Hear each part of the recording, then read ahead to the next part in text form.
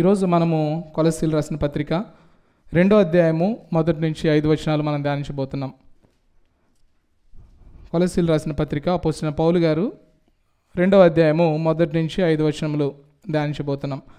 పౌలు గారు చెరసాలలో ఉన్నప్పుడు కొలస్సీలో ఉన్న సంఘానికి ఈ పత్రిక రాశాడు. ప్రియులారా, సంఘాన్ని ప్రభావితం చేస్తున్నటువంటి కొంతమంది అబద్ధ బోధకుల గురించి విని ఈ పత్రికను తన సువార్త చెప్పడానికి ఆయన రాశాడు.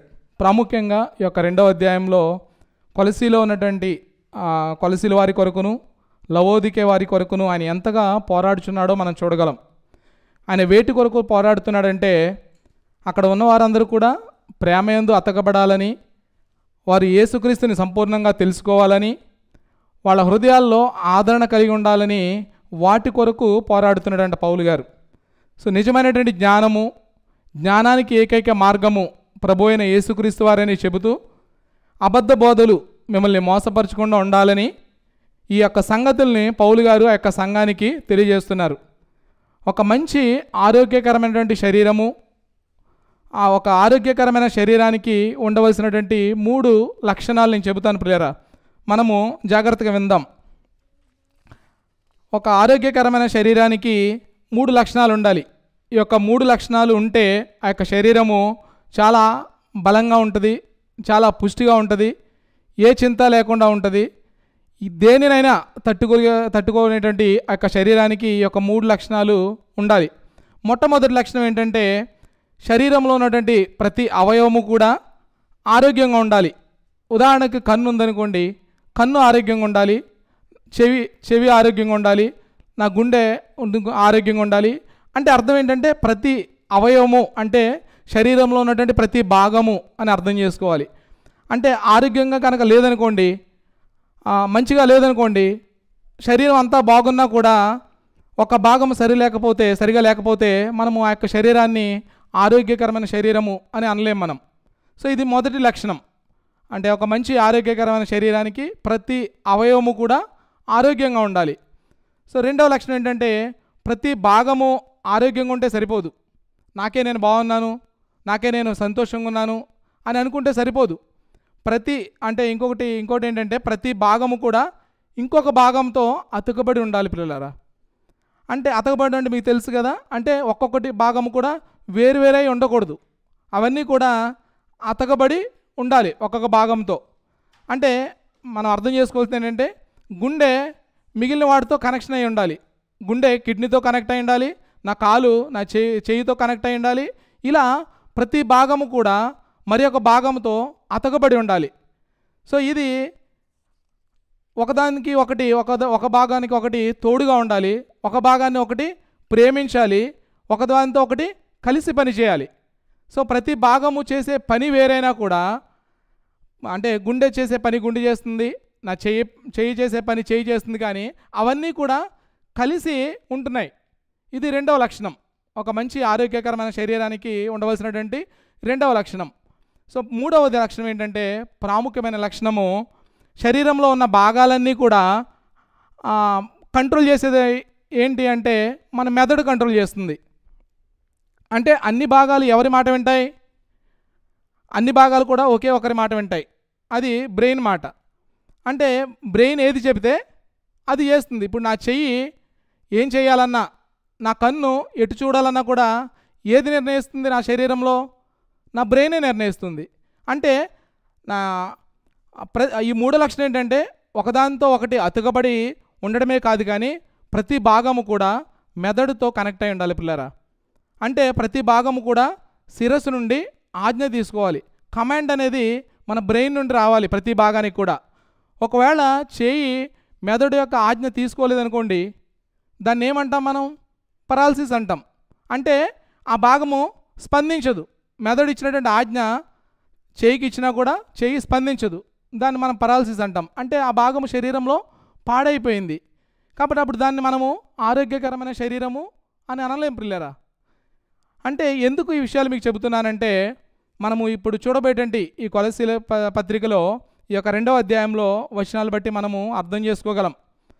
కొలస్సీలు రాసిన పత్రిక 2వ అధ్యాయము 1 నుంచి 5 వచనములు చదువుతున్నాను. ఈ విధంగా ఉంది: మీ కొరకును లవోదికేయ వారి కొరకును శరీరరీతిగా నా ముఖము చూడని వారందరి కొరకును నేను ఎంతగా పోరాడుచున్నానో మీరు తెలుసుకొనగోరుచున్నాను. వారు ప్రేమయందు అతుకబడి సంపూర్ణ గ్రహింపు యొక్క సకల ఐశ్వర్యము కలిగిన వారై దేవుని మర్మమైన క్రీస్తును స్పష్టముగా తెలుసుకున్నవారై తమ హృదయములలో ఆదరణ పొందవలనని వారందరి కొరకు పోరాడుచున్నాను. బుద్ధి జ్ఞానముల సర్వసంపదలు ఆయనందే గుప్తమైనవి. ఎవడైనను చక్కని మాటల చేత మిమ్మును మోసపరచకుండానట్లు ఈ సంగతిని చెప్పుచున్నాను అని ఇక్కడ పౌలు గారు రాస్తున్నారండి. ఇక్కడ ఒక ఆరోగ్యకరమైన సంఘం ఎలా ఉంటుందో, ఆ యొక్క సంఘంలో ఉన్న వారి యొక్క లక్షణాలు ఎలా ఉంటాయో పౌలు గారు మాట్లాడుతున్నారు. ఆరోగ్యకరమైన సంఘము అంటే ఇంగ్లీష్లో మనం హెల్దీ చర్చ్ అంటాం. అంటే ఈ యొక్క మాట కూడా మనము బైబిల్లోనే చూడవచ్చు. తిమోతి రాసినటువంటి 2వ పత్రికలో మనం చూస్తే 4వ అధ్యాయం 3వ వచనంలో ఎందుకనగా జనులు హితబోధను సహింపక అనేటువంటి మాట మనం చూస్తుంటాం. హితబోధ అంటే ఫుట్ నోట్లో ఆరోగ్యకరమైన బోధ అని ఉంటుంది. అంటే ఏ సంఘంలో అయితే ఆరోగ్యకరమైన బోధ బోధిస్తారో ఆ యొక్క సంఘాన్ని మనము ఆరోగ్యకరమైన సంఘం అంటాం, హెల్దీ చర్చ్ అంటాం మన పిల్లరా. అసలు ఆరోగ్యకరమైన సంఘం అనే మాట వినడమే అరుదు. నేను ప్రాముఖ్యంగా ఈ యొక్క ఏ దేశం వచ్చిన తర్వాత చాలా సంవత్సరాల తర్వాత ఒక ఆరోగ్యకరమైన సంఘం అనేటువంటి మాట మన చర్చిలోనే విన్నాను నేను. ఎవరిని అడిగినా ఫలానా వ్యక్తి ఫలానా పాస్టర్ సంఘానికి వెళుతున్నాను అని అంటారు, కానీ ఒక ఆరోగ్యకరమైన సంఘానికి నేను వెళుతున్నాను అని చెప్పే వారి సంఖ్య చాలా అరుదు ప్లేయరా. ఎందుకంటే అసలు ఆరోగ్యకరమైన సంఘం అంటే ఏమిటి, అది ఎలా ఉంటుంది, ఎలాంటి లక్షణాలు కలిగి ఉండాలి అనేటువంటి విషయము చాలామంది సేవకులు కానీ నాయకులు కానీ తెలియదు పిల్లలు. నిజంగా ఎప్పుడు కూడా వారి యొక్క జ్ఞానాన్ని వారు ఆధారం చేసుకుని వాక్యంలో లేనిది వాక్యంలో చెప్పనివి వారు బోధిస్తూ వారి పేరు ప్రపంచమంతా తెలియాలని ప్రాకులాడుతున్నారు. కానీ సర్వ సృష్టికర్త అయిన దేవుణ్ణి నమ్మకంగా సత్యంగా బోధించేటువంటి వారు చాలా అరుదు. కాబట్టి మనం ఈ రోజుల్లో ఆరోగ్యకరమైన సంఘము అనేటువంటి మాట మన సంఘాల్లో వినలేం. నిజంగా దేవుని యొక్క మహాకృపను బట్టి మనందరము ఈ యొక్క అబుదాబి ప్రాంతంలో ఒక మంచి ఆరోగ్యకరమైన సంఘంలో ఉంటూ ఒక ఆరోగ్యకరమైనటువంటి అవయవాలుగా మనం ఎదగడానికి దేవుడు చూపిస్తున్నటువంటి కృపను బట్టి నేను దేవుణ్ణి స్తుతిస్తున్నాను పిల్లరా.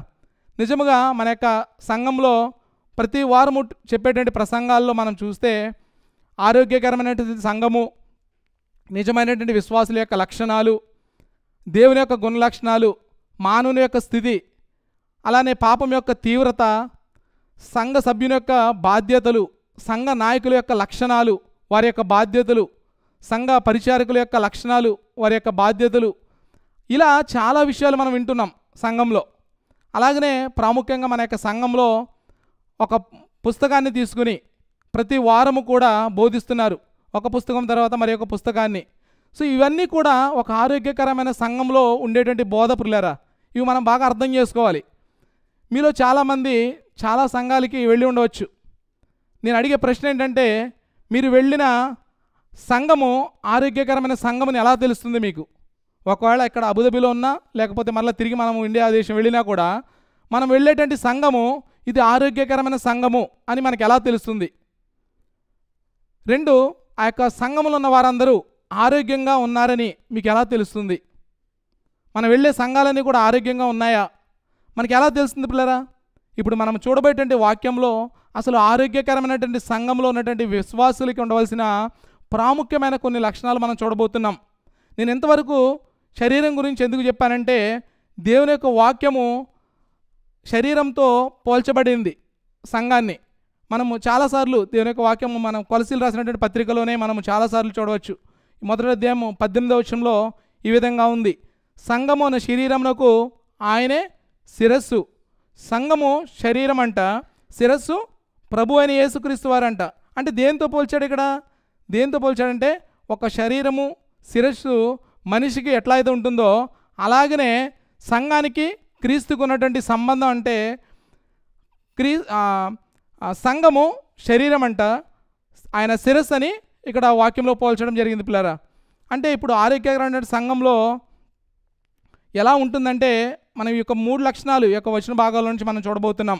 ఈ యొక్క 3 లక్షణాల గురించి పౌలు గారు మాట్లాడుతున్నారు. ఈ యొక్క 3 లక్షణాలు కనుక ఈ యొక్క సంఘంలో ఉన్న ప్రతి ఒక్కరికి ఉంటే అది ఆరోగ్యకరమైనటువంటి సంఘం అవుతుందని. మనం నిజంగా దేవుని యొక్క సంకల్పాన్ని మనం చేసే సంఘంగా ఉండాలంటే, నిజంగా దేవుని మహిమ కోసం మనం వాడబడాలంటే, దేవుడు మనల్ని బలంగా ఆయన మహిమ కోసం వాడుకోవాలంటే మనందరం కూడా ఈ యొక్క 3 లక్షణాలు మనం కలిగి ఉండాలి. మనం ఒక్కొక్క లక్షణాన్ని మనము జ్ఞాపకం చేసుకుందాం, ధ్యానించేద్దాం పిల్లరా. ఈ యొక్క మొదటి 5 వచనాల్లో నుండి మొట్టమొదటి లక్షణం ఏంటంటే హృదయాల్లో ఆదరణ కలిగి ఉండాలి. ఇది మొదటి లక్షణం. రెండవ లక్షణం ఏంటంటే ప్రేమయందు అతుకబడిన వారై ఉండాలి. ఇది రెండవ లక్షణం. మూడవ లక్షణం, అతి ప్రాముఖ్యమైన లక్షణం ఏంటంటే సంపూర్ణ గ్రహింపు గలవారమై దేవుని మర్మమైన క్రీస్తుని అంటుపెట్టుకొని ఉండాలి పిల్లారా. ఈ యొక్క 3 లక్షణాలు మనం ఈ యొక్క వచన భాగాల నుంచి మనం చూడబోతున్నాం. మొట్టమొదటి లక్షణం ఏంటంటే వాళ్ళ హృదయాల్లో వారు ఆదరణ పొంది ఉండాలని ఆయన పోరాడుతున్నాడంట. మనం చూసాం కదా, ఈ యొక్క రెండవ వచనంలో చివరి భాగంలో మాట ఉంది చూడండి. ఆ మాట, తమ హృదయములలో ఆదరణ పొందవలనని వారందరి కొరకు పోరాడుచున్నాను అంటున్నాడు. అంటే మొదటి లక్షణం ఏంటంటే సంఘంలో ఉన్న వారందరూ కూడా వారి హృదయాల్లో ఆదరణ కలిగిన వారి వలె ఉండాలి. దేవుని బిడ్డలమైన మన అందరం కూడా మన హృదయాల్లో ఆదరణ కలిగి ఉండాలండి. అంటే ఆదరణ అనే మాట మనకు అర్థం కావాలంటే కొన్ని పదాలు మనం చూస్తే అర్థమవుతుంది. అంటే ఆదరణ అంటే ధైర్యము, ప్రోత్సాహము, ఓపిక లేదా నిమ్మళత్వము అనేటువంటి పదాలు మనకు ఒకసారి గమనిస్తే మనకు ఆదరణ అనేటువంటి మాట అర్థమవుతుంది. అంటే మన హృదయాల్లో ఏముండాలి? మన హృదయాల్లో ధైర్యం ఉండాలి, మన హృదయాల్లో ఉత్సాహం ఉండాలి, మన హృదయాల్లో ఓపిక ఉండాలి, మన హృదయాల్లో సంతోషం ఉండాలి, మన హృదయాల్లో నిమ్మళం కలిగి ఉండాలని దేవుడు కోరుకుంటున్నాడు. దేవుని బిడ్డలకు ఉండవలసినటువంటి ప్రాముఖ్యమైన మొట్టమొదటి లక్షణం ఏంటంటే లోపట మీరందరూ కూడా, సంఘంలో ఉన్నటువంటి మీరందరూ కూడా మీ హృదయంలో ధైర్యం కలిగి ఉండాలి, ఆదరణ కలిగిన వారిగా ఉండాలి అని పౌలు గారు చెప్తున్నారండి ఇక్కడ. దేవుడు విశ్వాసులకు ఏం చెప్తున్నాడంటే సంఘంలో ఉన్నటువంటి ప్రతి ఒక్కరు కూడా, విశ్వాసులైన మీరందరూ కూడా మీ హృదయం లోపల ధైర్యంగా ఆదరణ కలిగిన వారిగా మీరు ఉండాలి. అంటే ఇక్కడ ఒక మాట ఉంటుంది కదా, హృదయము అనేటువంటి మాట కూడా మనం చూస్తుంటాం. మనం హృదయము లోపల ఆదరణ కలిగి ఉండాలి. ఆదరణ అంటే చూసాం మనం. ఆదరణ అంటే ధైర్యం కలిగి ఉండాలి, మన హృదయంలో ఓర్పు కలిగి ఉండాలి, నిమ్మళత్వాన్ని కలిగి ఉండాలి. అంటే ఎన్ని పరిస్థితులు ఎదురైనా కూడా మనము ఆ పరిస్థితుల వైపు గుండా వెళ్ళేవారము ఉండకూడదు, పరిస్థితులు బట్టి మనం ప్రభావితం చెందేవారంగా మనం ఉండకూడదు. అంటే ఆ గొప్ప ఆదరణ మన హృదయంలో కలిగి ఉండాలి. ఎక్కడంటే మన హృదయంలో కలిగి ఉండాలంట. హృదయం అనేటువంటి మాట గురించి కూడా మనం ఆలోచన చేస్తే పౌలు రాసినప్పుడు ఏమర్థమవుతుందంటే హృదయం అంటే అది మన జీవానికి ఆధారం. హృదయం అంటే అంతరంగ పురుషుడు అనేటువంటి మాట కూడా మనము వాక్యంలో చూస్తుంటాం, చాలాసార్లు రాయబడింది. అంటే పైకి శరీరంగా కనబడుతున్నటువంటి నువ్వు, లోపల కనిపించినటువంటిది దేవుడు ఉంచినటువంటిది హృదయం పిల్లారా. అంటే ఎక్కడైతే మన యొక్క కోరికలు, ఎక్కడైతే మన ఆశలు, మన తలంపులు ఇవి పుడతాయో దాన్ని మన హృదయం అంటాం. అంటే లోపల ఇవన్నీ జరుగుతాయి. ఏం జరుగుతాయి? ఎక్కడైతే భావోద్రేకాలు కానీ ఈ కోరికలు, ఆశలు పుడతాయో ఆ పుట్టేటువంటి కేంద్ర బిందువునే హృదయం అంటాం. అంటే ఆ హృదయం లోపల ఏం కలిగి ఉండాలంట? మనము ఆదరణ కలిగి ఉండాలంట. ఇందుకే ఆయన చెబుతున్నటువంటిది ఏంటంటే సంఘములో ఉన్నటువంటి మనందరము కూడా హృదయం లోపల ఆదరణ, ధైర్యంగా, చాలా స్ట్రాంగ్గా ఉండాలి. మనందరము విశ్వాసులైన మనందరము. నిజంగా చాలామంది జీవితాలు ఎలా ఉంటాయంటే పిల్లరా, ఒక గాలికి చెట్టు ఊగినట్టుగా చాలామంది జీవితాల్లో ఏ చిన్న ఇబ్బంది కలిగినా, ఏ చిన్న శ్రమ కలిగినా కూడా వాళ్ళు లోపల బయట బాగానే కనిపిస్తారు, కానీ లోపల వాళ్ళ హృదయంలో ఊగిపోతుంటారు. చెట్లు ఏ విధంగా ఊగుతాయో వాళ్ళ యొక్క హృదయంలో కూడా వాళ్ళు ఊగిపోతుంటారు. నిజంగా ప్రతిదానికి ఊగిపోతారు, ప్రతి కష్టానికి ఊగిపోతుంటారు, ప్రతి ఇబ్బంది ఎదురైనా కూడా ప్రతి చిన్న దానికి కూడా ఊగిపోతుంటారు పిల్లలు. అంటే దాని అర్థం ఏంటంటే హృదయంలో వాళ్ళకి లోపల ఓదార్పు లేదు, వాళ్ళకి ఆదరణ లేదు, హృదయంలో వారికి నెమ్మది లేదు హృదయంలో. పౌలు ఏమంటున్నాడంటే నువ్వు దేవుని బిడ్డమైతే, దేవుని సంఘంలో నువ్వు వచ్చినట్లయితే, ఆయన శరీరంలో ఒక నువ్వు అవయవం అయితే నువ్వు ఎలా ఉండాలంట? హృదయంలో నువ్వు స్ట్రాంగ్గా ఉండాలంట, నువ్వు ఆదరణ కలిగిన వాడిగా నువ్వు ఉండాలంట. అది వాడు కోరుకుంటున్నారు. అక్కడ పౌలు ఎందుకు హృదయంలో ఆదరణ కలిగి ఉండాలని చెప్తున్నాడంటే చూడండి, కొలసీల రాసిన పత్రికలో 2వ అధ్యాయం 8వ వచనం చూడండి. ఈ విధంగా ఉంది, ఆయనను అనుసరింపక మనుషుల పారంపర్యాచారమును అనగా ఈ లోక సంబంధమైన మూలపాఠములను అనుసరించి మోసకరమైన నిరర్ధక తత్వజ్ఞానము చేత మిమ్మల్ని చెరపట్టుకొని పోవు వాడెవడైనా ఉండునేమో అని జాగ్రత్తగా ఉండండి.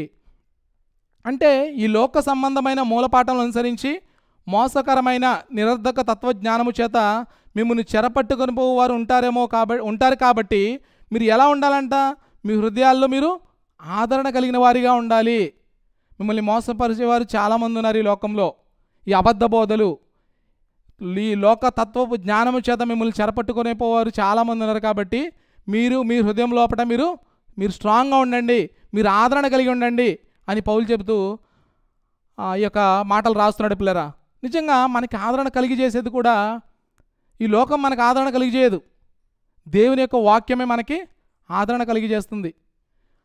ఏ క్రీస్తునైతే మనం రక్షకునిగా అంగీకరించామో, ఏ క్రీస్తునైతే నీ జీవితానికి యజమానిగా నువ్వు చేసుకున్నావో, ఏ క్రీస్తు అయితే మనకు నిత్యరాజ్యం ఇస్తానని మనం నమ్మామో, ఆ క్రీస్తుని మన హృదయాల్లో మనం నింపుకోవాలి, మనం ఉంచుకోవాలి. అప్పుడే మనము ఆదరణ కలిగిన వారిగా మనం ఉంటాం. అప్పుడు మనం సంఘంలో ఆరోగ్యకరమైనటువంటి అవయవాలుగా మనం ఉండగలం. ఇందాక మనం చూసాం కదా, ఒక ఆరోగ్యకరమైన శరీరము ఎలా ఉండాలంటే మొదటి లక్షణంలో ప్రతి అవయవము కూడా ఆరోగ్యంగా ఉండాలి. అలాగనే క్రీస్తు యొక్క సంఘంలో మనము ఈ యొక్క సంఘం అనేటువంటి శరీరంలో మనందరము కూడా ఆదరణ కలిగి ఉండాలి. అంటే ఆదరణ కలిగి ఉండడం అంటే మన ధైర్యంగా ఉన్నప్పుడే మనము ఆరోగ్యంగా ఉండగలం. విశ్వాసులైన మనందరము కూడా అంటే మన హృదయాన్ని అంతరింద్రియాన్ని పరిశీలించే ఆయన దేవుడే అన్నాడు. అంటే మన హృదయాన్ని అంతరింద్రియాన్ని పరిశీలించేవాడు ఆయన అయితే ఆయన మనకు ఆదరణ ఇవ్వలేడా పిల్లరా? ఆయనే ఇస్తాడు, ఆయనే మనకు ఆదరణ ఇవ్వగలడు. గుర్తుపెట్టుకోండి పిల్లరా, ఒక దేవుని బిడ్డకి ఉండవలసినటువంటి మొట్టమొదటి లక్షణం ఏంటంటే తెలుసా? మనకి ఎన్ని కష్టాలున్నా, ఎన్ని బాధలున్నా, ఎన్ని ఇబ్బందులున్నా, మన యొక్క శరీరము కృషించిపోయినా, ఎన్ని వ్యాధులు మన శరీరానికి వచ్చినా కూడా, ఎన్ని అబద్ధ బోధలు మన చుట్టూ ఉన్నా కూడా మన లోపల మనం స్ట్రాంగ్గా ఉండాలి, గొప్ప ఆదరణ కలిగిన వారంగా మనం ఉండాలి. ఎప్పుడు కూడా మన ఆనందంగా ఉండాలి. కొంతమందిని చూడండి, పాస్టర్ గారు అడిగినప్పుడు అమ్మ నువ్వు ఎలా ఉన్నావు అని అడిగారు అనుకోండి, ఏమో పాస్టర్ గారు నా జీవితం నాకే తెలియట్లేదు, ఏం జరుగుతుందో తెలియట్లేదు అని చాలామంది చెబుతూ ఉంటారు. ఎప్పుడు నా జీవితంలో కష్టాలే, ఎప్పుడు నా జీవితంలో బాధలే. మంచిదే, ఎంతవరకు అంటే కొంత సమయము నువ్వు సంఘానికి కొత్తగా వచ్చావా, కొన్ని సంవత్సరాల వరకు నీ యొక్క ఇబ్బందుల్ని ఆ విధంగా చెప్పడం మంచిదే. కానీ నువ్వు ఎంతకాలం సంఘం అనే శరీరంలో నువ్వు ఉన్నా కూడా ఎప్పుడు కూడా అదే మాట మాట్లాడుతున్నావు అనుకోండి, దాని అర్థం ఏంటంటే నువ్వు ఆరోగ్యంగా లేవు, నువ్వు సంఘంలో ఆరోగ్యంగా లేవు, నువ్వు బలహీనంగానే ఉన్నావు ఇంకా. సో ఆ విధంగా ఉండకూడదు. మనం ఆదరణ కలిగిన వారంగా ఉండాలి. ఒక భక్తుడు ఈ మాట అంటాడు, దేవుడు సార్వభౌమాధికారి నీ జీవితంలో, సార్వభౌమాధికారి అనే దిండు మీద నీ తల పెట్టుకుంటే నువ్వు నిద్రపోగలవు అనేటువంటి మాట. అంటే అర్థం ఏంటంటే పిల్లరా, నువ్వు నిద్రపోగలవు అంటే ఎన్ని కష్టాలున్నా, ఎన్ని ఇబ్బందులున్నా, నీ కుటుంబం బాగోకపోయినా, నీ భర్త త్రాగుబోతైనా, నీ భార్య మంచిది కాకపోయినా, అంటే నా జీవితంలో సార్వభౌమాధికారి అనే దేవుడు ఉన్నాడు, ఆయన నన్ను చూసుకుంటాడు అనేటువంటి గొప్ప ఆ యొక్క ఆదరణ మన జీవితంలో మనం కలిగి ఉండాలి పిల్లరా. నీ భార్యను చూసుకుంటాడు, నీ ఉద్యోగాన్ని చూసుకుంటాడు, ఆయన నీకున్న సమస్తాన్ని ఆయనే చూసుకుంటాడు. నా జీవితంలో నా దేవుడు సార్వభౌమాధికారం అని నీ హృదయంలో నువ్వు చేసుకుంటే కనుక నువ్వు గొప్ప ఆదరణ కలిగిన దానిగా నువ్వు ఉంటావు పిల్లరా. పౌలు ఏం కోరుకుంటున్నాడంటే సంఘంలో ఉన్నటువంటి ప్రతి ఒక్కరు కూడా ఇలా ఉండాలి. ఎలా ఉండాలంటే హృదయంలో ఆదరణ కలిగిన వారిగా ఉండాలని పౌలు కోరుకుంటాడు. అంటే సంఘంలో ప్రతి ఒక్కరు కూడా ఎలా ఉండాలి, లోపల మనం పర్వతంలో ఉండాలి. ఒక మాటలో మనకు అర్థం కావాలంటే, పర్వతం కదులుతుందండి, కదలదు పర్వతం. ఎన్ని పరిస్థితులు ఎంత భయంకరమైనటువంటి గాలి వీచినా, ఎంత భయంకరమైన వరదలు వచ్చినా కూడా పర్వతం కదలదు. మనం కూడా ఆ విధంగా మనం ఉండాలి. మన హృదయంలో పర్వతం ఏంటో తెలుసా? దేవుని యొక్క సార్వభౌమాధికారం. సో మన జీవితం అంతటికి కూడా ఆయనే సార్వభౌమాధికారి, ఆయనే మన సృష్టికర్త. దేవుడే మనకి ఆదరణ ఇస్తాడు. ఈ యొక్క గొప్ప ఆదరణ అనేది మన జీవితంలో ఎప్పుడు కూడా కలిగి ఉండాలి పిల్లరా. మన జీవితాన్ని దేవుడికి ఇవ్వాలి. దేవుడు అదే కోరుకుంటున్నాడు. నీ జీవితాన్ని ఎప్పుడైతే నువ్వు దేవునికి అప్పగిస్తావో నీ హృదయంలో దేవుడు గొప్ప ఆదరణ అనేది ఇస్తాడు. ఈ యొక్క ఆదరణ బయట నుండి వచ్చేది కాదు. ఆదరణ పొందుకోవాలని అనే మాట వాక్యంలో రాయబడింది. అంటే మనం పొందుకోవాలి దేవుని దగ్గర నుండి. దేవుడే మనకి ఆయన ఇస్తాడు. ఆయన ఆదరణకర్త అయినాడు మనకి. కానీ నువ్వు ఏ పరిస్థితులు గుండా వెళ్ళినా కూడా, నీ జీవితం ఎట్లా ఉన్నా కూడా, ఎంత భయంకరమైన పరిస్థితులు గుండా మనం వెళ్ళినా కూడా, ఆయన పాదాల చెంత మన జీవితాన్ని పెట్టినట్లయితే ఆయన గొప్ప ఆదరణ మనకి ఇస్తాడు. మనకు శ్రమలు సంభవించినప్పుడు లోకం వైపు కాదు మనం చూసేది, దేవుని వైపు చూడగలగాలి. మన ధన్యుడు అనేటువంటి మాట మనం బైబిల్లో చాలాసార్లు చూస్తుంటాం. అంటే మన లోపల ఉన్నటువంటి సంతోషాన్ని బాహ్యకరమైనటువంటి పరిస్థితులు ఏవి కూడా మార్చలేవు. దాన్ని మనం ధన్యుడు అంటాం. అంటే మన లోపల ఉన్నటువంటి సంతోషాన్ని బాహ్యకరమైన పరిస్థితులు మారుస్తున్నాయి అనుకోండి, మనం నిజంగా దేవుని వైపు చూడటం లేదు. మనం ఎప్పుడైతే మన దృష్టి, మన ఆలోచన ప్రతిదీ కూడా దేవుని సన్నిధికి మనం తీసుకువెళ్తామో, అప్పుడు పరిస్థితులు ఎట్లా ఉన్నా కూడా మన హృదయంలో ఉన్నటువంటి సంతోషాన్ని ఏది కూడా పోగొట్టలేదు. మనం గొప్ప ఆదరణ కలిగిన వారుగా ఉంటాం అప్పుడు. సో ఈ యొక్క ఆదరణ మనందరం కూడా కలిగి ఉండాలంట. సో ఇది మొట్టమొదటి లక్షణం. ప్రతి ఒక్కరు కూడా ఎలా ఉండాలంటే హృదయాల్లో చాలా స్ట్రాంగ్గా ఉండాలి, చాలా ధైర్యంగా ఉండాలి. అప్పుడే ఆరోగ్యకరమైన సంఘం అవుతుంది పిల్లారా. ఆరోగ్యకరమైనటువంటి సంఘంలో ఉన్న మనందరము కూడా ఈ విధంగా మనందరము మనందరం కూడా అవయవములే. ఇందాక వాక్య భాగంలో చూసాం కదా బ్రదర్ చదివినప్పుడు ఉదయ్ గారు, మనందరం కూడా అవయవములేనంట. శరీరంలో ఏ విధంగా అయితే అవయవాలు ఉంటాయో, సంఘం అనేటువంటి శరీరంలో మనందరము కూడా అవయవాలమే. కాబట్టి మనందరం కూడా ఆరోగ్యంగా ఉండాలి. అప్పుడే సంఘము ఆరోగ్యంగా ఉంటుంది పిల్లరా. ఇది మొదటి లక్షణము. రెండవ లక్షణం చూడండి. రెండవ లక్షణం, వారు ప్రేమయందు అతకబడిన వారై ఉండాలి. ఇదే మనం రెండవ వచనంలో చూస్తున్నాం కదా మాట, వారు ప్రేమయందు అతుకబడి అనేటువంటి మాటను మనం చూస్తున్నాం. అంటే కొంతమంది సహోదరులు నాతో చాలాసార్లు మాట్లాడినప్పుడు, మేము కొద్ది నెలల నుండి అంటే ఈ యొక్క సంఘానికి మేము వస్తున్నాము, మేము చాలా సంఘానికి వెళ్ళాం, కానీ బ్రదర్ మీ యొక్క సంఘంలో నుండి ప్రేమను మేము ఎప్పుడు చూడలేదు. ఒక కుటుంబ ప్రేమను మీరు చూపిస్తున్నారు ఈ యొక్క సంఘంలో అని చాలాసార్లు చాలామంది సహోదరులని మాట్లాడినప్పుడు నేను విన్నాను ప్లేరా. నిజంగా ఏం జరుగుతుంది సంఘంలో? ఏం జరుగుతుందంటే పరిశుద్ధుల ఎడల ప్రేమ చూపిస్తున్నారు. నిజంగా ఎవరు ఏ కష్టంలో ఉన్నా, ఎవరు ఏ బాధలో ఉన్నా, ఎవరు ఏ ఇబ్బందుల్లో ఉన్నా, సంఘంలో ఉండే మిగిలిన వారందరూ కూడా వారికి తోడుగా ఉండి వారికి ఫోన్ చేయడము, వాళ్ళ కష్టాలు ఉన్నప్పుడు వాళ్ళ దగ్గరికి వెళ్ళి మాట్లాడడం, వాళ్ళని వెళ్ళి కలవడం మనం చూస్తున్నాం. మన యొక్క సంఘంలో మనము నేర్పిస్తున్నాం. చాలామంది అలానే చేస్తున్నారు. నిజంగా దాన్ని బట్టి దేవుణ్ణి స్తుతిస్తున్నాను. నిజంగా అందరం కూడా ఈ విధంగా ఎదగాలి. మనం అందరము దేవుని యొక్క ప్రేమలో. ఇందాక మనం చూస్తే కనుక, ఒకవేళ ఇప్పుడు కన్ను ఉందనుకోండి, నా కన్నుకి ఏదైనా బాధ వచ్చిందనుకోండి, నా కన్నుకి బాధ కలిగినప్పుడు నా శరీరానికి మొత్తం తెలుస్తుంది. నా కాలుకి ఏదైనా అయిందనుకోండి, నా శరీరంలో ఉన్న ప్రతి భాగానికి కూడా నొప్పి తెలుస్తుంది. అంటే ఒక భాగానికి దెబ్బ తగిలినప్పుడు శరీరంలో ఉన్నటువంటి అన్ని భాగాలకి కూడా నొప్పి తెలుస్తుంది, అవునా కాదా? అంటే అది తెలియడం అంటే కన్ను వచ్చి మిగతా భాగానికి అతకబడిందని మనకు అర్థమవుతుంది. అంటే అవి రెండు కూడా వేరువేరయ్యి లేవు పిల్లరా. కన్ను మిగతా భాగాలకి అతకబడి ఉంది, అలానే నా చేయి మిగతా భాగాలకి అతకబడి ఉంది.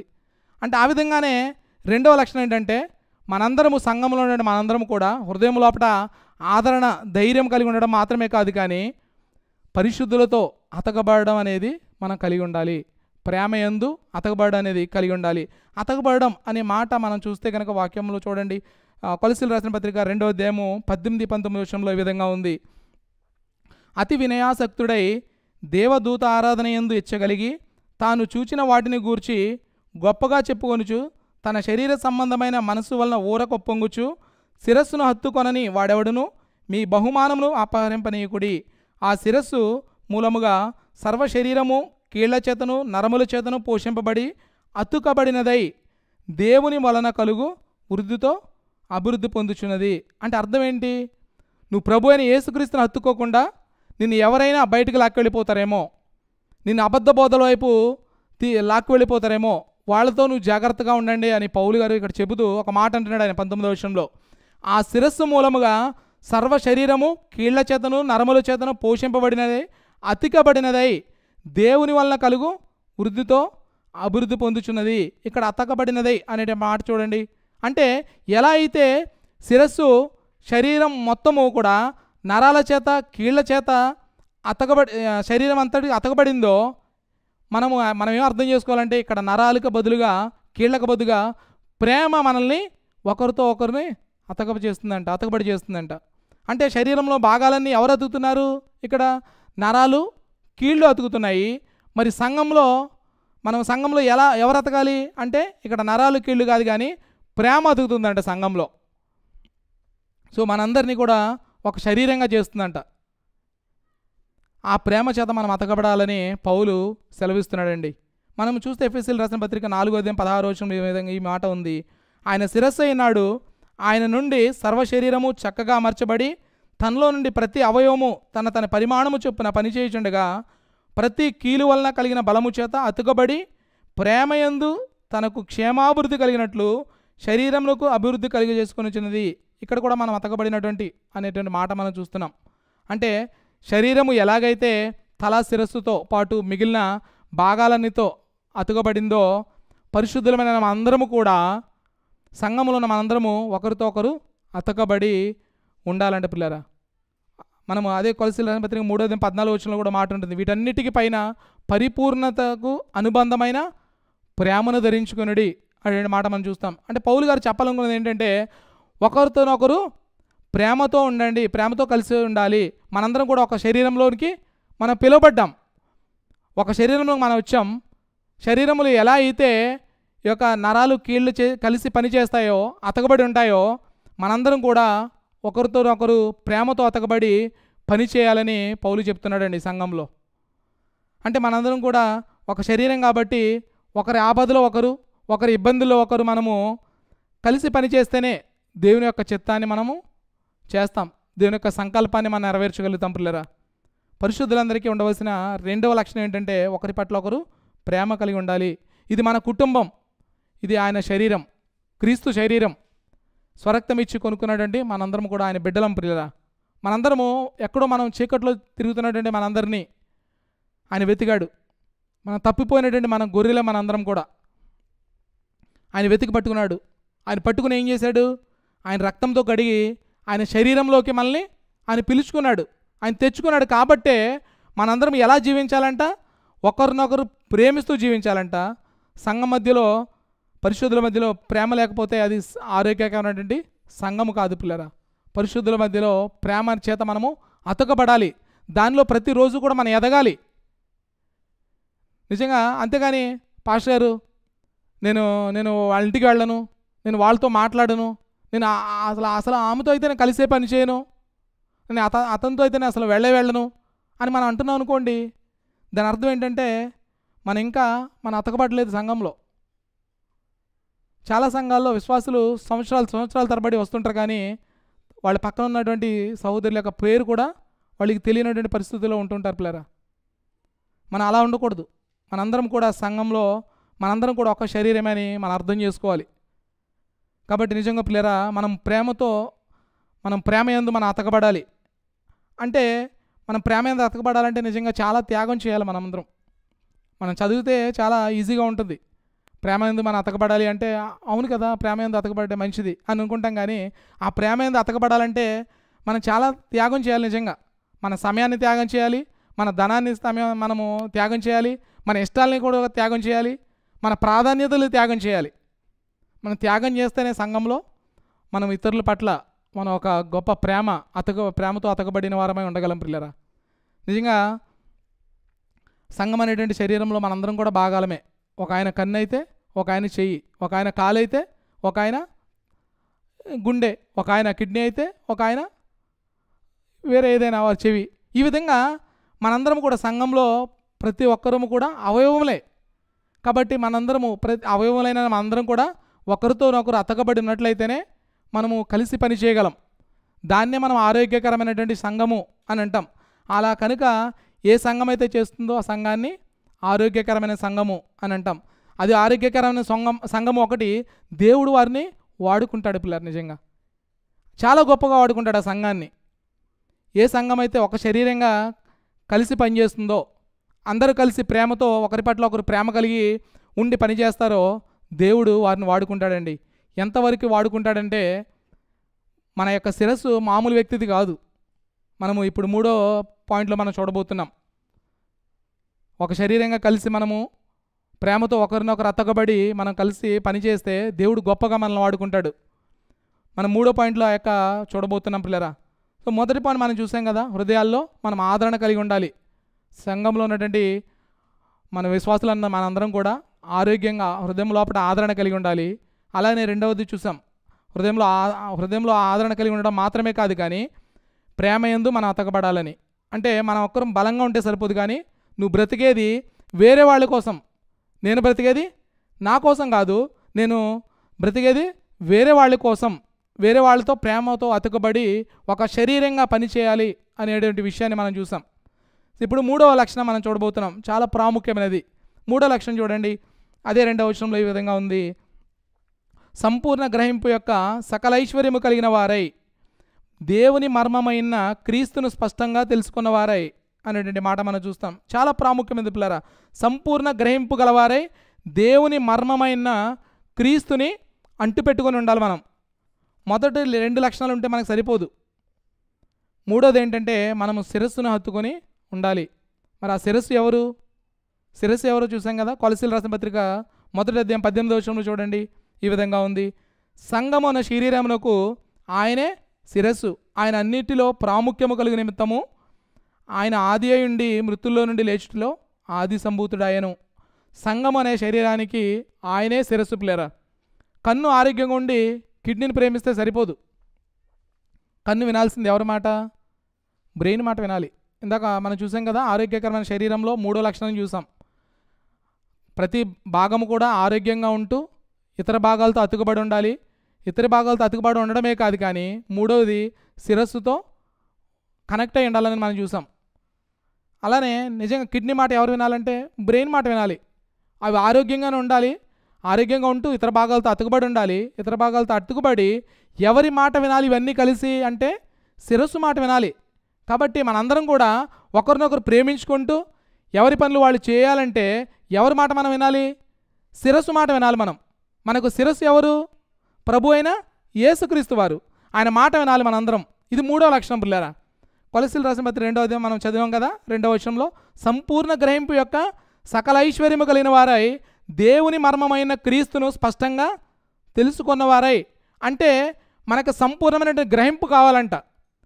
గ్రహించడం అంటే మనకు తెలుసు కదా, గ్రహించడం అంటే ఏంటి? ఏదైనా ఒక విషయాన్ని పూర్తిగా అంటే స్పష్టంగా క్షుణ్ణంగా మనం అర్థం చేసుకోవడాన్ని గ్రహించడం అంటాం. ఆ గ్రహించడం కూడా ఎలా గ్రహించాలంట? సంపూర్ణంగా గ్రహించాలంట. సంపూర్ణంగా అంటే మనం మొత్తం గ్రహించాలి, స్పష్టంగా తెలుసుకోవాలంట. ఒకవైపు సంపూర్ణంగా గ్రహించాలంటున్నాడు, మరోవైపు స్పష్టంగా తెలుసుకోవాలంటున్నాడు. అంటే నువ్వు సంపూర్ణంగా ఆయన గ్రహించాలంట, స్పష్టంగా ఆయన తెలుసుకోవాలంట. అప్పుడే మనం ఆయన్ని హత్తుకొని ఉండగలం ప్రియులారా. ఎప్పుడైతే ప్రభు అయిన యేసుక్రీస్తు వారిని మనం స్పష్టంగా సంపూర్ణంగా మనం గ్రహించగలుగుతామో అప్పుడు మాత్రమే మనము ఆయన్ని హత్తుకొని ఉండగలం. చూడండి, నువ్వు గనక క్రీస్తుని సంపూర్ణంగా గ్రహించగలేకపోతే, క్రీస్తుని గనక స్పష్టంగా మనం తెలుసుకోలేకపోతే మన లోపల ధైర్యం ఉండదు. మనం వేరే వాళ్ళతో ప్రేమతో అతకబడలేం మనం. అంటే మనకు అర్థం కావాలి ఏంటంటే ఈ యొక్క 3వ లక్షణం మనలో లేకపోతే మొదటి చూసిన 2 లక్షణాలు కూడా మనం కలిగి ఉండలేం. అంటే ప్రాముఖ్యమైనది యొక్క 3వ పాయింట్ ఏంటంటే మనకి ప్రభు అయిన యేసుక్రీస్తు వారు ఎవరో మనకు తెలియాలి పిల్లరా. అక్కడ ఒక మాట అంటాడు కదా, ఎవరైతే ప్రభు అయిన యేసుక్రీస్తుని సంపూర్ణంగా గ్రహిస్తారో, ఎవరైతే ప్రభు అయిన యేసుక్రీస్తుని స్పష్టంగా గ్రహిస్తారో వాళ్ళు సకల ఐశ్వర్యములు కలిగిన వారు అనేటువంటి మాట మనము 3వ వచనంలో చూస్తుంటాం. అంట ఆయన కనుక మనకు తెలిసాడు అనుకోండి, ఆయన తెలిస్తే ఐశ్వర్యం అంతా కూడా మన దగ్గర ఉన్నట్టే. సంఘము ఆయన తెలుసుకోవాలనే దేవుడు కోరుకుంటున్నాడు. దేవుని మర్మమైనటువంటి క్రీస్తుని మనం అర్థం చేసుకోవాలి, ఆయన తెలుసుకోవాలి. అప్పుడు మాత్రమే క్రీస్తుని మనము అంటు పెట్టుకొని ఉండగలం. మరి ఎంతమందికి ప్రభు అయిన యేసుక్రీస్తు వారు తెలుసు? ప్రభు అయిన యేసుక్రీస్తు వారు ఎవరో తెలుసా మీకు? నువ్వు సంపూర్ణంగా ఆయన గ్రహించగలిగావా? స్పష్టంగా ఆయన ఎవరో నీకు తెలుసా? ఆయన నీకు సంపద అయ్యాడా? ఆయనే నీకు సంపద అవ్వాలి, ఆయనే నీకు సర్వం అవ్వాలి. 3వ వచనంలో మనము చూస్తే కనుక 1వ అధ్యాయంలో చూడండి, కొలసీలు రాసిన పత్రిక 15వ వచనంలో ఏ విధంగా ఉంది? ఆయన అదృశ్య దేవుని స్వరూపి అయి సర్వసృష్టికి ఆది సంభూతుడై ఉన్నాడు. అక్కడ ఏమంటున్నాడంటే మర్మమైనటువంటి క్రీస్తు ఎవరు? అనే విషయాన్ని మనం చూస్తే కనుక ఎవరు ఎప్పుడు చూడలేదు, కానీ తండ్రి రొమ్మునున్న అద్వితీయ కుమారుడే ఆయన్ను బయలుపరిచాడంట పిల్లరా. అంటే ఆయన దేవుడయ్యండి, ఆయన మనల్ని ప్రేమించి ఈ యొక్క భూలోకానికి వచ్చాడు.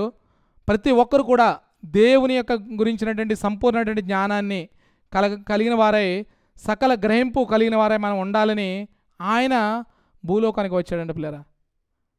సో మరి ప్రభు అయిన యేసుక్రీస్తు ఎంతమందికి తెలుసు మరి సంఘంలో?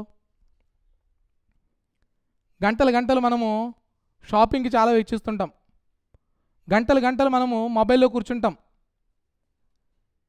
కానీ యేసుక్రీస్తు వారు ఎవరో తెలుసుకోవడానికి మాత్రము మనము సమయాన్ని ఇవ్వం పిల్లరా. చాలాసార్లు సంఘానికి రాము, క్రమంగా సంఘానికి రాము, బైబిల్ స్టడీస్కి రాము, వాక్యాన్ని చదవము. మరి ఎలా తెలుస్తుంది ప్రభు అయిన యేసుక్రీస్తు వారు ఎవరో? ఆయన గురించినటువంటి జ్ఞానం మనకి ఎలా తెలుస్తుంది? మనం ఏ త్యాగం చేయనప్పుడు ప్రభు అయిన యేసుక్రీస్తు వారి యొక్క త్యాగం గురించి మనం ఏ విధంగా అర్థం చేసుకోగలం? మనకు అన్నీ కంఫర్ట్గా ఉన్నప్పుడే సంఘానికి వెళ్తాం, అన్నీ బాగున్నప్పుడే మనం దేవుని యొక్క వాక్యాన్ని చదవడానికి ఇష్టపడతాం. నువ్వు ఏ త్యాగం చేయనప్పుడు దేవుని యొక్క త్యాగాన్ని మనం ఏ విధంగా అర్థం చేసుకోగలం పిల్లరా? ఆయన వాక్యంలో రాయబడింది, నీ ఐశ్వర్యము, నీ సంపద, నీ సర్వము కూడా ఆయనే అవ్వాలంట. మరి నిజంగా ఆయన నీకు ఐశ్వర్యం అయ్యాడా? ఆయన నీకు సంపద అయ్యాడా? ఆయన గురించినటువంటి జ్ఞానం నీకుందా? నీ దగ్గర సకల జ్ఞానం ఉందా? ఆయన ఇంకొక మాట అంటున్నాడు కదా 3వ వచనంలో చూడండి, బుద్ధి జ్ఞానముల సర్వ సంపదలు ఆయన యందే గుప్తమైనవి. బుద్ధి జ్ఞానము అనేటువంటి పదాలు చాలా ఇంపార్టెంట్ పదాలు పిల్లరా. జ్ఞానము వేరు, బుద్ధి వేరు. జ్ఞానం అంటే తెలుసుకోవడం మాత్రమే, బుద్ధి అంటే తెలుసుకున్న దాన్ని ఎప్పుడు ఎక్కడ వాడాలో తెలుసుకోవడం. బుద్ధి జ్ఞానముల సర్వ సంపదలు ఎవరిలో ఉన్నాయంట? ఆయన యందే గుప్తమైనవి. అంటే అర్థం ఏంటంటే సర్వ సంపదలు దేనికి సంబంధించినవి అంటే ఈ లోకానికి సంబంధించినవి కాదు, ఈ లోకానికి సంబంధించినవి కాదు. సర్వ సంపదలు అంటే ఆయన బుద్ధి, ఆయన జ్ఞానానికి సంబంధించినవి, ప్రభు అయిన యేసుక్రీస్తు వారి యొక్క జ్ఞానానికి సంబంధించినవి ఈ యొక్క సర్వ సంపద అనేటువంటి విషయాన్ని మనం అర్థం చేసుకోవాలి. అంటే బుద్ధి జ్ఞానములు సర్వ సంపదలు ఆయనలోనే ఉన్నవి అంటే అర్థం ఏంటంటే ఒక వ్యక్తికి సర్వ సంపద ఏంటంటే ఆయన గురించినటువంటి బుద్ధి, ఆయన గురించినటువంటి జ్ఞానము, ఆ సంపద మనం కలిగిన వాడిగా మనందరం ఉండాలి పిల్లరా. మనము కొలస్సీయులకు రాసిన పత్రికలో 1వ అధ్యాయము 13 నుంచి 22 వచనాల్లో కనుక చూస్తే, మీరు సమయం ఉన్నప్పుడు చదవండి వాక్యాన్ని, అక్కడ ఆయన ఏమైనాడో మనం తెలుసుకోగలం. 13వ వచనంలో ఈ విధంగా ఉంది, ఆయన మనల్ని అంధకార సంబంధమైన అధికారంలో నుండి విడుదల చేసి తాను ప్రేమించిన తన కుమారుని యొక్క రాజ్య నివాసులుగా చేశాను. అంటే ఆయనకి ఒక రాజ్యం ఉందంట, ఆ రాజ్యము భూమి మీదకి రాబోతుందంట. ఆయన అదృశ్య దేవుని స్వరూపి అంట, ఆయన సర్వ సృష్టి మీద ఆది సంభూతుడంట, ఆయన సర్వ సృష్టిని కూడా ఆయన చేశాడంట. ఆకాశములు ఆయన చేసినవే, భూమి కూడా ఆయన చేసినవేనంట, దృశ్యమైనవి అదృశ్యమైనవి ఆయన చేసినవేనంట. ఈ సింహాసనము, ప్రభుత్వాలు, ప్రధానులు అన్నీ కూడా ఆయన చేసినవేనంట. ఆయన నిత్యుడంట, ఆయన సమస్తమునకు ఆధారభూతుడంట పిల్లరా. సర్వ సృష్టిని కూడా ఆయన చేతులతో నడిపిస్తున్నాడంట. అంతేకాదంట ఆయన శరీరధారిగా భూమి మీదకి వచ్చాడంట. ఆయన సిలువలో మన కొరకు ప్రాణం పెట్టాడంట. మనం మరణించవలసిన ఆ మరణాన్ని, మనం పొందుకోవాల్సినటువంటి ఆ ఉగ్రతను ఆయన తీసుకొని దేవునితో సమాధానపరిచాడంట పిల్లరా. ఆయన మనకు నీతినిచ్చాడంట, కనుకనే మనము పరలోకానికి వెళుతున్నామంట. జీవం అంట ఆయన యొక్క సిలువ రక్తం ఇచ్చి మనల్ని కొనుక్కున్నాడంట. ఆయన వెలుగంట, ఆయన జ్ఞానం అంట, ఆయన బుద్ధి అంట.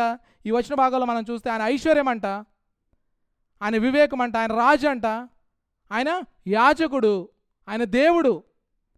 నువ్వు ఆయన తెలుసుకోవడానికి నీ జీవితాన్నే నువ్వు ఇవ్వాలి పిల్లరా. అంటే అర్థం ఏంటంటే మనకి ఉండవలసిన 3వ లక్షణం ఏంటంటే మన జీవితంలో ఉదయం లేవగానే నా ప్రభు ఎవరు, నా కోసం ఏం చేశారు అనేటువంటిది మనము కనుక ధ్యానిస్తూ ఉండాలంట. ఆయనే మనకి సంపద ఉండాలంట పిల్లరా. అంతేగాని ఉదయం లేచి ఈరోజు నేను ఎంత సంపాదించాలి, ఎన్ని గంటలు నేను ఓవర్ టైం చేయాలి, ఈరోజు నేను 1000 సంపాదించాను, ఈ యొక్క 1000 రూపాయలని 10,000 చేస్తాను, ఈరోజు నేను 10,000 సంపాదించాను కాబట్టి 10,000 తీసుకెళ్ళి 1,00,000 రూపాయలు చేస్తాను, ఈ 1,00,000 రూపాయలు తీసుకెళ్ళి ఇంకొక 10 లక్షలు చేస్తాను అనేటువంటి ఆలోచన కనుక, ఆ యొక్క సంపద కనుక మనకు ఉందనుకోండి, మన నాశనానికే వెళ్తాం. మన సంపద, మన ఐశ్వర్యము ఏమవ్వాలంట? ఆయనే అవ్వాలంట. ఒకవేళ మన సంపద ఈ లోకానుసారమైనది అయితే కనుక ఉదయం లేవగానే నీ యొక్క మైండ్ అంతా కూడా దాని మీదే నువ్వు దృష్టి పెడితే కనుక మన మన యొక్క గమ్యము నిత్య నరకమే పిల్లరా. ఆ భయంకరమైన నాశనానికి మనం వెళ్ళిపోతాం.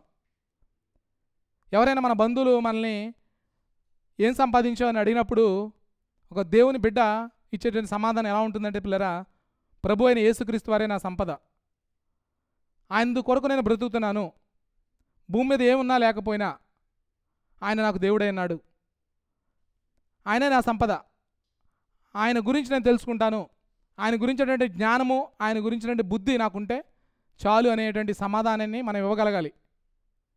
అంతేగాని ఈ లోకంలో ఉన్నటువంటి సంపాదనల కొరకు దేవుణ్ణి విడిచిపెట్టి మనం ఒకవేళ వాటి కొరకే పరిగెడుతుంటే మన యొక్క గమ్యస్థానము ఆ నిత్య నరకమే పిల్లరా. కాబట్టి మన సంపద, మన ఐశ్వర్యము, మన సర్వము కూడా ఆయనే ఉండాలి. ఆయన మనకు బుద్ధి, ఆయనే మనకి జ్ఞానం అయి ఉండాలి పిల్లరా. కాబట్టి ఈ యొక్క మూడో లక్షణము చాలా ప్రాముఖ్యమైన లక్షణం. చాలామందికి ప్రభు అయిన యేసుక్రీస్తు వారు ఎవరో తెలియదు. ఈ పాపం అనేటువంటి ఈ లోకంలో, ఈ భయంకరమైనటువంటి ఈ పాపపు లోకంలో బ్రతుకుతూ, వాటి కోసమే ప్రాకులాడుతూ, వాటి కోసమే బ్రతుకుతూ వారి యొక్క జీవితాలని వారు నాశనం చేసుకుంటున్నారు.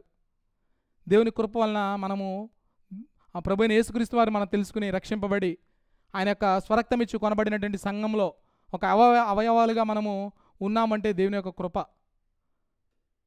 నిజంగా సంఘంలో ఉన్న ప్రతి ఒక్కరు కూడా క్రీస్తు ఎవరో పరిశుద్ధ గ్రంథం నుండి వెతకండి. మీరు సువార్తలు చదవండి, కీర్తనలు చదవండి, ప్రకటనల గ్రంథం చదవండి. అంటే ప్రతిదీ కూడా ఆయన మనం ఎంత వెతికితే అంత బంగారు గనిలాగా ఆయన మనకి అనిపిస్తాడు పిల్లరా. మీరు ఎంత వెతకకుండా ఉన్నారంటే అంత అజ్ఞానులుగా ఈ లోకంలో మీరు బ్రతుకుతారు. ఆయన ఎంత ఎక్కువగా ఆయన్ని మనం అర్థం చేసుకుంటే అంత ఎక్కువగా ఆయనకి మనము లోబడతాం. నిజంగా ఆయన ప్రేమ మన హృదయాల్లో ఆయన అప్పుడు మనం కుమ్మరిస్తాడు పిల్లరా. మీరు ఎక్కువగా ఇతరులతో కూడా అతకబడతారు. అప్పుడు అన్నిటికీ మించి మీరు ధైర్యంగా ఉంటారు. ప్రభు అయినటువంటి యేసుక్రీస్తుని తెలుసుకున్న వారే ధైర్యంగా ఉండగలరు, అలానే ఎక్కువగా వాళ్ళు ప్రేమించగలరు. ఒకవేళ నేను కనుక ఎవరైనా ప్రభుని యేసుక్రీస్తు అని ఇంకా తెలుసుకోలేకపోతే, ఇంత స్వరక్షకునిగా అంగీకరించకపోతే దయచేసి మీరు తెలుసుకోండి, ఆయనే మన రక్షకుడు. ఆయన మన కొరకు ఈ భూమి మీదకి వచ్చినాడు. నీవు పొందుకోవాల్సినటువంటి ఆ భయంకరమైన శిక్షను నీ స్థానంలో ఆయన తీసుకొని ఆయన ఉగ్రతని ఆయన భరించి దేవునితో సమాధానపరిచాడు. కనుక ఆయన గురించినటువంటి జ్ఞానాన్ని మనం కలిగి ఉన్నప్పుడు మన సంఘంలో మంచి అవయవాలుగా మనం పనిచేయగలుగుతాం. మనం ఆరోగ్యంగా ఉంటాము, అలానే ఇతరులతో కూడా కలిసి మనము అతుకబడిన వారమై ఉంటాం. సో ఈ మూడో లక్షణం మనం కలిగి ఉంటే మొదటి 2 లక్షణాలు కూడా మనలో ఉంటాయి. కాబట్టి ప్రాముఖ్యమైన ఈ మూడో లక్షణాన్ని మనం అర్థం చేసుకుని ప్రభువైన యేసుక్రీస్తు వారిని నేను తెలుసుకోవాల్సిన అవసరత ఎంతైనా ఉంది పిల్లరా. ఎందుకు పౌలు ఈ 3 లక్షణాల గురించి చెబుతున్నాడంటే, కొలస్సీ సంఘంలో ఈ యొక్క 3 లక్షణాలు కనుక వారిలో ఉన్నాయనుకోండి, వారు ఆరోగ్యంగా ఉంటారు. ఎంతమంది అబద్ధ బోధకులు వాళ్ళ సంఘం మీదకి వచ్చినా కూడా ఎవరు ఏం చేయలేరు వాళ్ళను. ఎందుకంటే శిరస్సును గట్టిగా హత్తుకుని ఉన్నారు వాళ్ళు. వాళ్ళ మధ్యలో ఒకరి పట్ల ఒకరి ప్రేమ ఉంది, ఒకరినొకరు బలంగా ఉన్నారు. కాబట్టి ఏ అబద్ధ బోధకుడు కూడా ఏమీ చేయలేడు వాళ్ళని. కాబట్టి ఈ యొక్క 3 లక్షణాలు కూడా ఉండాలని ఆయన పోరాడుతున్నాడంటే వాళ్ళ కొరకు. ఈ యొక్క 3 లక్షణాలు కూడా ఈరోజు సంఘంలో ఉన్నటువంటి మనందరం కూడా మనం కలిగి ఉండి ఒక ఆరోగ్యకరమైన సంఘంగా మనం ఎదుగుతూ ప్రభువుకి మహిమ తెచ్చేటువంటి వారంగా మనం ఉండాలి పిల్లరా. ఈ రోజు నుండి మనం సమయాన్ని తీసుకుందాం, దేని యొక్క వాక్యాన్ని మనము చదువుదాం, సంఘంలో వాక్యాన్ని నమ్మకంగా విందాం, మన జీవితాలకి మనం అన్వయించుకుంటూ దేవుని మహిమ కొరకు మనం బ్రతుకుదాం పిల్లరా. సో మన సంఘము ఆరోగ్యకరమైన సంఘంగా ఉంటూ ఈ యొక్క 3 లక్షణాల్లో మనం ఇంకా ఎదుగుతూ దేవుని మహిమ కోసం పనిచేసే సంఘంగా ఉండాలని ప్రార్థిస్తూ ఈ యొక్క మాటలను ముగిస్తున్నాను. దేవుని విస్తారమైన కృప మనందరికీ తోడైండును గాక. Amen, amen.